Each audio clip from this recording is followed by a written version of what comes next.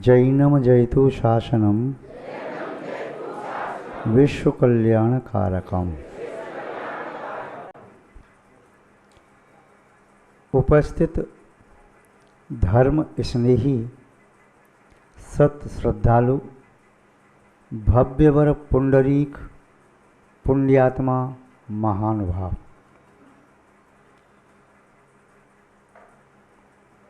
एक प्रसंग से बात को प्रारंभ करें। ग्रीष्म काल का समय, ज्येष्ठ का महीना या आपकी भाषा में कहें जून का महीना। सूर्य ऐसा लग रहा था जैसे अग्नि के गोले फेंक रहा हो। राजस्थान की मरुभूमि पर उष्णता कुछ विशेष ही होती है। दूर दूर तक कोई वृक्ष दिखाई नहीं दे रहा, जल के कोई संसाधन वहाँ दिखाई नहीं दे रहे। ऐसा लगता है जैसे टेम्परेचर 50 से ऊपर पहुँच गया हो। व्यक्ति आपस में चर्चा करने लगे, बेहद गर्मी है, इस पहाड़ पर ये पत्थर, इस पर यदि पापड़ रख दिया जाए तो सिक जाए। शरीर का जल 2-2.25 घंटे में पूरा सूख जाए। बिना जल के शरीर में प्राणों का रहना बड़ा दुष्कर हो रहा है। एक बस सिरोही से गुजरी और वह बाड़मेर होते हुए जोधपुर की ओर आने लगी। मार्ग में घाटी, मरुभूमि, बस में बैठे यात्री प्यास के कारण बड़े बेहोल हो रहे हैं। तभी एक जगह बस रुकी। एक बालक अपने दोनों हाथों में बाल्टी लेकर के आया और साथ में छोटे छोटे गिलास प्लास्टिक के टांगे हुए था। कहने लगा, 10 रुपए में 1 गिलास पानी। एक व्यक्ति ने कहा, 10 रुपये तो बहुत ज़्यादा होते हैं, 1 रुपये में मिल जाएगा 1 गिलास पानी। तो वह आगे बढ़ गया, 2 रुपये में देना है क्या, आगे बढ़ गया, 5 रुपये में नहीं। देखते देखते ही 2 बाल्टी पानी बस के यात्रियों के पास, एक एक गिलास पानी पहुंचा। कंठ तर हो पाया, प्यास पूरी नहीं बुझी। लौट के आया। उस व्यक्ति ने कहा, भाई 10 रुपये ले लो, 1 गिलास पानी दे दो। उसने कहा, तो 100 रुपये भी दोगे ना, तब भी पानी मेरे पास नहीं है। शरीर के लिए जल की कितनी आवश्यकता है। लोग कहते हैं जल ही जीवन है। एक बार भोजन न मिले चलेगा, किंतु जल न मिले तो न चलेगा। जितनी आवश्यकता शरीर को जल की है, उतनी ही आवश्यकता आत्मा को ज्ञानामृत की है। जल प्राप्त करने के लिए बाहर के संसाधनों का उपयोग किया जाता है। कूप है, सरोवर है, झील है, तालाब है, नदी है, झरना है, समुद्र है। जहाँ से भी इसे पानी मिलता है, उस पानी से वो अपनी प्यास बुझाता है। अति अगाध अति ऊथरो, नदी कूप सरवाय, सो ताको सागर जहाँ, जो जाकी प्यास बुझाए। उसके लिए वही महासागर है जिससे उसकी प्यास बुझाई। चाहे कूप हो, सरोवर हो, झील हो, नदी हो, झरना हो, उसके लिए महासागर से बढ़ करके है। चेतना को अनादि काल से पिपासा है, तृषातुर है चेतना। ज्ञान का अमृत पान किया नहीं। इस संसार की तपन से तपी हुई आत्मा के लिए शीतल अमृत तुल्य जल की आवश्यकता है, यानी जिन वचन की आवश्यकता है। शरीर का संताप मिटाने के लिए नदी किनारे थोड़ा सा शाम को सुबह आप भ्रमण करेंगे तो नदी के जल से संस्पर्शित शीतल वायु शरीर के ताप को दूर कर देगी। किंतु चेतना के ताप को दूर करने में समर्थ यदि है तो वीतरागी दिगंबर या सर्वज्ञ देव के निमित्त से संस्पर्शित संयममय वर्गणा सम्यक तो सम्यक ज्ञान की वर्गणा शांत करने में समर्थ होती है। मूसलाधार वर्षा की तरह से केवली भगवान के समर्षण में पहुंच जाओ तो आत्मा आप्लावित होती है, आह्लादित होती है, आनंदित होती है। यदि वह नहीं है तो फिर तो झील, सागर, कूप आदि के जल से काम चलाना पड़ेगा। वर्तमान काल में निरंत गुरु ही ज्ञान का अमृत पिलाने में समर्थ हैं। जिस किसी पुण्यात्मा जीव को ज्ञान का अमृत चाहिए, निरंत साधुओं के पास एक गिलास पानी मिल रहा है। लोग कहेंगे बहुत महंगा है, 10 रुपये में छोटा सा गिलास। साधुओं की सेवा करो, भक्ति करो, वैयावती करो, विहार कराओ, आहार कराओ, तब ज्ञान का अमृत मिलेगा। ऐसा नहीं लगता बहुत महंगा है। चौथा काल अच्छा था, जंगल में साधु रहते थे, कोई सेवा वैयावती नहीं करनी पड़ती थी, और धर्म का लाभ जब चाहिए उनके पास चले गई, भरपूर लाभ मिल जाता था। आज इतना मिल रहा है, यह भी पर्याप्त है, यह भी सबको नसीब नहीं। साधुओं का प्यार हो गया तो फिर श्रावक के लिए पश्चाताप शेष रह जाता है। जब उसकी दोनों बाल्टी खाली हो गई, अब 10 रुपये में तो क्या 100 रुपये में भी पानी मिलने वाला। ऐसे ही निगम साधुओं के पास जो ज्ञान का अमृत है, भव्य जी प्राप्त कर लेते हैं। महंगा सौदा नहीं है। गुरुओं से नाता जोड़ना बहुत सस्ता सौदा है। कवि ने तो यहाँ तक लिखा है, यह तन विष की वेलड़ी, गुरु अमृत की खान, शीस दिए पर गुरु मिले तो भी सस्ता जान। यदि सर काट के चढ़ा दो गुरु के चरणों में, गुरु मिल जाएं, निर्गंथ गुरु रत्नधारी मिल जाएं, तो समझो बहुत सस्ते मिलेगा। महान भाव। जिस भक्त को, जिस शिष्य को गुरु के प्रति अकाट्य विश्वास होता है, अकाट्य, जिसे विश्वास को कि काट नहीं सके, अडिग, अचल और अटल विश्वास होता है, उसे शिष्य और भक्त का पूरा 3 लोक मिलकर के भी बाल बांका नहीं कर सकता। जाके रक्षक गुरु धनी, कर का सके कोई और, हर रूठे गुरु ठौर है, गुरु रूठे नहीं ठौर। गुरु की कृपा दृष्टि हो जाए तो कहा जाता है विधि का विधान और हाथ की लकीरें बदल जाती हैं। गुरु की कृपा दृष्टि हो जाए तो कहती है मौत के मुंह में से भी गुरु खींच के लिए आए। चाहे व्यक्ति कितने रोग से पीड़ित है, चाहे कोई ऐसा पाप कर्म का दे आ गया, अगर दरिद्रता ने वास कर लिया, या अन्य प्रकार की कोई मानसिक पीड़ा है, किसी प्रकार का विकल्प हो, गुरु के सानिध्य में सब प्रकार का सुख मिलता है। लक्ष्मी मिलने से लक्ष्मी का सुख है, पुत्र सुख नहीं है, स्त्री सुख नहीं है, प्रतिष्ठा सुख नहीं है। प्रतिष्ठा मिलने से प्रतिष्ठा का सुख है, और कोई सुख नहीं है। देह स्वस्थ होने से देह का सुख है, कोई और सुख नहीं है। स्त्री मिलने से स्त्री का सुख है, और सुख नहीं है। पुत्र मिलने से पुत्र का सुख है। गुरु मिलने से 16 प्रकार के सुख हैं।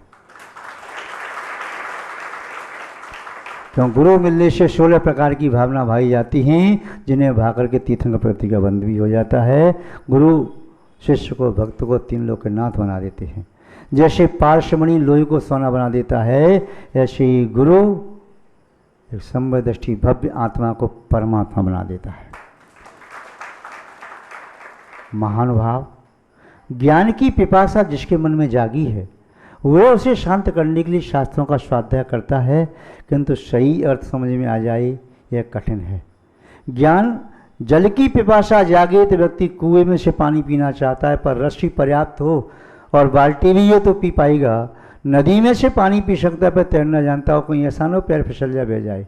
झरने से पानी पी सकता है, पर झरना हो तो सही, सूखा पड़ा है तो कहाँ से पिएगा।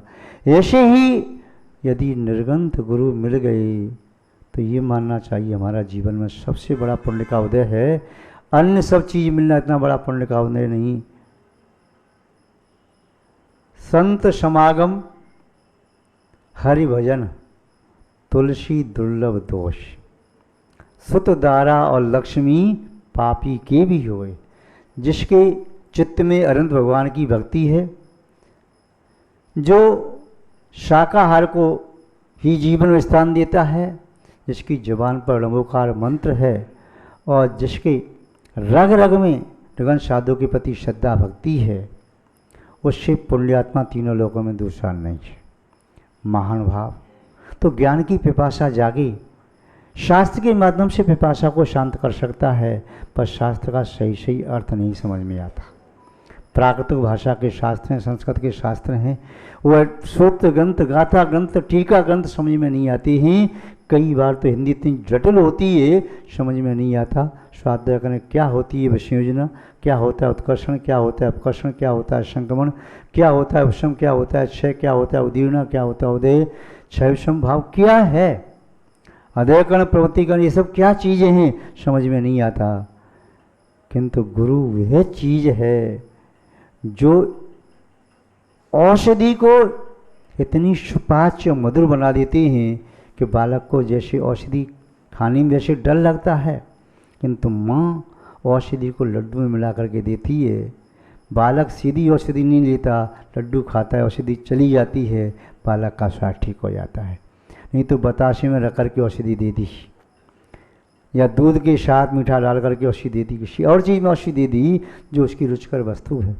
ऐसे ही गुरु महाराज भी भव्य जीवों के लिए रुचिकर प्रथमानुयोग, चरणानुयोग, कर्णानुयोग, द्रव्यानुयोग, जिसकी जिसमें रुचि है उस अनुयोग के माध्यम से वे औषधि देते हैं। प्रथमानुयोग को तो कथा रूप में कहते ही हैं, चरणानुयोग को भी ऐसे समझाते हैं, उस महापुरुष ने ऐसे महावतों का पालन किया, कल्याण कर लिया। कर्णानुयोग भी बताते हैं, इस प्रकार परिणामों की विशुद्धि हुई, तीन लोक में भ्रमण करने वाला जीव आत्मस्थ हो गया, लोक के अग्र वापसित हो गया। द्रव्यानुयोग आत्मा की स्थिति किस प्रकार से, क्या आत्मा का स्वभाव है, वह समझाने की जो कला है अलग है। व्यक्ति के लिए सुपाच्य भोजन चाहे मेवा मिष्ठान है, काजू किशमिश की बर्फ़ी हैं, और चाहे अन्य प्रकार की सब्जियां हैं, बादाम की और आपकी अन्य प्रकार की जो ड्राई फ्रूट्स हैं उसकी सब्जी बनाई हो, या ड्राई फ्रूट्स के अपनी पकवान रोटी आदि बना दी हो, किंतु ऐसे आपके लिए अपच हो सकता है। किंतु उसी किसमें क्या मिलाना है जैसे पाचक बन जाए। केला ज़्यादा खा लिया हो तो ऊपर से थोड़ी इलायची खा लो, पाचक होगा, अपच नहीं करेगा। सेब खाना है, कब्ज कर जाएगा, थोड़ा नमक डाल लो, कब्ज नहीं करेगा। हर चीज़ का अलग अलग दिया है, किसमें क्या डालना, काली मिर्च या जीरा, किसमें मट्ठा पीना है तो जीरा, काली मिर्च, नमक डाल दिया तो वह पाचक हो जाएगा, औषधि बन जाएगा। ऐसे ही गुरु महाराज जानते हैं कि किस चीज़ को किस तरह से भव्य को, भक्त को, शिष्य को वह पेय रूप में देना है। औषधि की दुकान पूरी हो और नहीं मालूम औषधि का सेवन कैसे किया जाता है, तो रोग ठीक होने के स्थान पर रोग तो नहीं जाता, रोग ही चला जाता है। महान भाव तो निगंध साधु इस प्रकार जिन वचन का अमृतपान कराते हैं कि भव्य जीव की जिज्ञासाओं का समाधान करते हैं, और ऐसा मार्ग बताते हैं जिसमें कांटे नहीं, जिसमें कंकड़ पत्थर नहीं, कांच के टुकड़े नहीं, ऊबड़ खाबड़ नहीं, सुगम पथ है, उस पर आपको ले जाते हैं। और जहाँ पर अंधकार है वहाँ से बचा करके प्रकाश के मार्ग से ले जाते हैं। महानुभाव जीवन में ज्ञान का अमृत तो प्राप्त करना है। ज्ञान का अमृत प्राप्त करने के लिए जिन वाणी है, जिन वचन है, जिन मुद्रा है, किंतु ये मूक हैं, जिन वाणी मूक है, जिन भगवान मूक हैं, और जिन वचन आपने जो सुनी तो उसका अर्थ नहीं समझ पाए तो मूकवत है। लेकिन साधु बोलते हैं तो आपकी समझ में बात आती है। बाहर से यदि ज्ञान प्राप्त करने का आपका इरादा है, सत्संगति में अन्य प्रकार से प्राप्त कर सकते हैं, किंतु इसी अंतर आत्मा से ज्ञान प्रकट हो जाए उसका तो कोई उपाय ही नहीं, कोई इसका तोड़ ही नहीं। कई बार अंदर से ज्ञान आता है, स्वयं ही व्यक्ति की भावना बनती, मैं अवश्य करूँगा, पूजन करूँगा, दर्शन करूँगा। स्वयं भावना जागती, मैं रात्रि भोजन नहीं करूँगा, मैं जमीगंध नहीं खाऊँगा, मैं अब ऋषि का पालन करूँगा। स्वतः भावना बनती है, मैं कोई व्रत उपास करूँगा, किसी ने उपदेश नहीं दिया, स्वयं ज्ञान की ज्योति अंदर जल जाए उसका तो कोई मुकाबला ही नहीं है। कि जिसके अंतरंग में स्वयं वैराग नहीं जाग रहा है, धर्म का बीज अंकुरित नहीं हो रहा है, तो सत्संगति में पहुंच जाओ। वहाँ पहुंच करके आपको आनंद आएगा।